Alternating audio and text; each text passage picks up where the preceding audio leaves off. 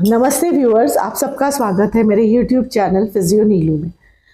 आप सबको पता है कि मैं छोटे वीडियोस बना रही हूँ 9 इयर्स ऑफ सेवा, सुशासन एंड गरीब कल्याण। आज का मेरा टॉपिक है इंफ्रास्ट्रक्चर तेजी से हो रहा है बेहतर। इंफ्रास्ट्रक्चर मतलब तो आप समझ ही गए होंगे। मैं मुंबई में रहती हूँ तो हमारे यहाँ मेट्रो, कोस्टल और जो अंडरलाइन टनल्स हैं वो बन रहे हैं। वो बहुत ही अच्छे बदलाव हमारे उत्तर मुंबई में तो दिखने को आए, क्योंकि जब मेट्रो बना है वो हम अंधेरी से लेकर दहीसर तक नोट विदाउट ट्रैफिक मेट्रोज में हम बहुत अच्छी से सफ़र कर रहे हैं। तो उसके लिए मैं धन्यवाद देना चाहती हूँ मोदी सरकार को। हमारे मोदी जी कहते हैं कि जब ऐसे आधुनिक सड़कें बनती है, आधुनिक railway station, railway track, metro, airport बनते हैं तो देश की प्रगति को गति मिलती है। हमारा जो इंफ्रास्ट्रक्चर है पूरे देश का, वो दिन पे दिन बहुत बेहतर होते जा रहा है।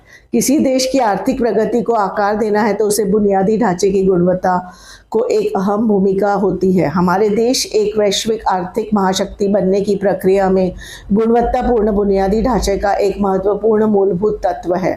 इसी तथ्य को ध्यान में रखते हुए श्री नरेंद्र मोदी जी ने नेतृत्व वाली सरकार ने बुनियादी ढांचों को अपने विकास के एजेंडे में सबसे ऊपर व केंद्र में रखा है।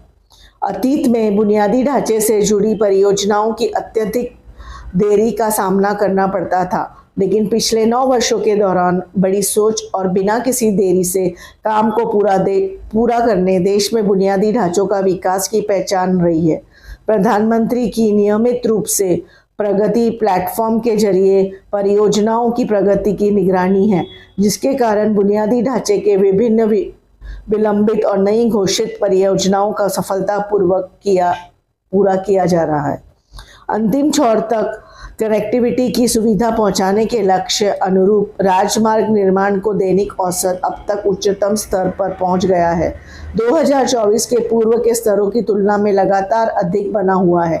इसी तरह ग्रामीण सड़कों के निर्माण में भी तेज की वृद्धि दूर दराज के इलाकों की सड़कों तक पहुंच लगभग सर्वसुलभ बना दिया है। भारतीय रेल को न पिछले 9 वर्षों के दौरान रेलवे लाइनों की दोहरीकरण, रेलवे पटरियों की विद्युतीकरण के जरिए बड़े पैमाने में अपनी क्षमता का विस्तार किया है। भारत की पहली स्वदेशी स्वयं high speed train Vande Bharat express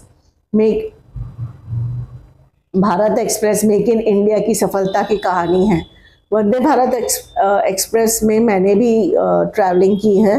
Borivali से लेके अहमदाबाद तक वंदे भारत एक्सप्रेस का मैंने अनुभव लिया है।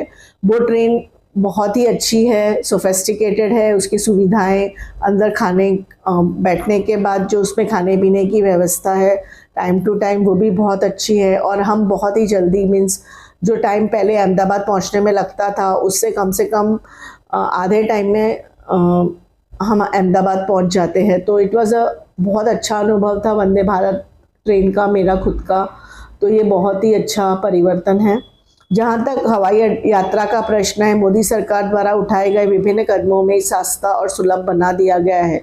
पिछले 9 वर्ष के दौरान 75 हवाई अड्डों का निर्माण करके वहां आगमन शुरू कर दिया गया है। इसके अलावा 58 हवाई अड्डे, 8 हेलीपोर्ट और 2 वाटर एरोड्रम सहित 68 कम अवगण वाले हवाई सेवा की सुविधा की वांछित स्थलों की उड़ान योजना के तहत जोड़ा गया है। हवाई अड्डों की तरह मेट्रो रेल भी अब बड़े शहरों तक सीमित नहीं रही गई। पिछले 9 वर्षों के दौरान मेट्रो रेल परियोजनाएं 20 शहरों तक पहुंच चुकी हैं। ढांचागत जुड़ाव को और बढ़ाने तक नागरिकों के लिए लागत को कम करने हेतु हाल में शुरू की गई राष्ट्रीय लॉजिस्टिक्स नीति का उद्देश्य लॉजिस्टिक्स संबंधी लागत को कम करना, अंतर्राष्ट्रीय व्यापार को बढ़ावा देना, हमारे स्टार्टअप व्यवसाय एवं किसानों एवं नए अवसर उपलब्ध कराने की देश को समृद्धि लाना है। किसी देश का ढांचागत विकास को मजबूत वित्तीय प्रतिबद्धताओं द्वारा समर्थित होना चाहिए। इसी के अनुरूप प्रधानमंत्री श्री नरेंद्र मोदी जी ने पीएम गतिशक्ति राष्ट्रीय मास्टर प्लान की घोषणा की है। यह मास्टर प्लान संबंधित मंत्रालय और विभागों के बीच एकीकृत एवं समग्र योजना निर्माण की दिशा में एक परिवर्तनकारी दृष्टिकोण है, ताकि मल्टी मॉडल कनेक्टिविटी एवं लॉजिस्टिक्स संबंधी दक्षता को बेहतर बनाया जा सकता है। व्यवधानों को कम कर और परियोजनाओं को समय पर पूरा करने पर ध्यान देकर लोगों और सामानों को निर्बाध आवाजाही हेतु महत्वपूर्ण ढांचागत अंतराल का पाटा जा सके। आज़ाद भारत के इतिहास में बुनियादी ढांचे के विकास की यह सबसे व्यापक योजना है, क्योंकि सरकार आने वाले वर्षों में लगभग 100 लाख करोड़ रुपए निवेश करने की योजना बना रही है। बुनियादी ढांचों का विकास का प्रधानमंत्री श्री नरेंद्र मोदी जी का दृष्टिकोण भारत के आर्थिक विकास को नई ऊंचाइयों पर ले जाने की मदद करेगा। यह नागरिकों के जीवन यापन को आसान बनाएगा, रोजगार सृजन में बढ़ोतरी करेगा और समावेशी विकास सुनिश्चित करने हेतु अंतिम छोर तक कनेक्टिविटी स्थापित करेगा। इसमें पीएम गति शक्ति योजना मास्टर प्लान के साथ इंफ्रास्ट्रक्चर के लिए बहुत अच्छी से काम कर रही है। 400 विश्व स्तरीय वंदे भारत ट्रेनों की सुविधाजनक यात्रा होगी और 17 ट्रेनों का संचालन शुरू हो चुका है। 99% ग्रामीण सड़क संपर्क अभियान शुरू हो चुका है। मेट्रो का विस्तार हो रहा है। 2024 में 250 किलोमीटर से बढ़कर 2023 में 860 किलोमीटर तक का मेट्रो का विस्तार हुआ है। तो क्या आप जानते हैं पीएम गति शक्ति सिंगल एकीकृत पोर्टल के माध्यम से सभी योजनाओं और विभागों के भीतरी तालमेल का संस्थागत रूप दे रही है। हमारी जो उपलब्धियां हैं कि डिलेज में तेज डिलीवरी तक, दशक से रुके महत्वपूर्ण इंफ्रास्ट्रक्चर प्रोजेक्ट्स अभी हो रहे हैं पूरे। आप देख सकते हैं कि जो हमारे रेलवे स्टेशन से उनका नवीनीकरण हो रहा है। हाल ही में अयोध्या में जो प्रभु राम की स्थापना हुई थी, जो वो स्टेशन बना है, एक बहुत ही विश्व स्तर का बना है और वो देखने लायक है। सरकार से सुनिश्चित किया हुआ महामारी का प्रभाव से इंफ्रास्ट्रक्चर प्रोजेक्ट्स को पूरा करने में देरी ना हो, इसके लिए काम बहुत अच्छी से हो रहा है। तो सरकार ने बहुत ही अच्छी ये सब की है योजनाएं। जैसे उत्तर प्रदेश में सरयू नहर राष्ट्रीय परियोजना में स्वीकृति का वर्ष है, जो 4 दशकों से पूरी न हुई थी वो अभी पूरी हुई है। बिहार में कोसी रेल महोत्सव जिसकी स्वीकृति 2 दशकों से पहले होनी चाहिए थी, वो अभी पूरी हुई है। केरल में कोलम बाईपास परियोजना जो लगभग 50 वर्षों में विलंबित था, वो अभी मोदी जी के समय पूरा हुआ है।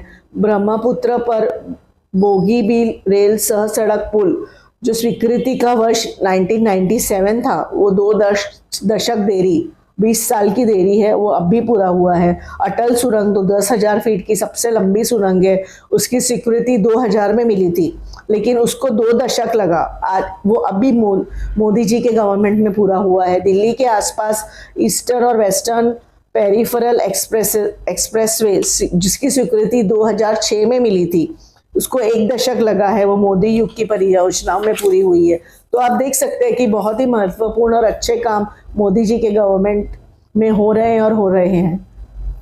रेलवे के में भारत के विकास हो रहा है उसको, और बहुत अच्छी से हो रहा है।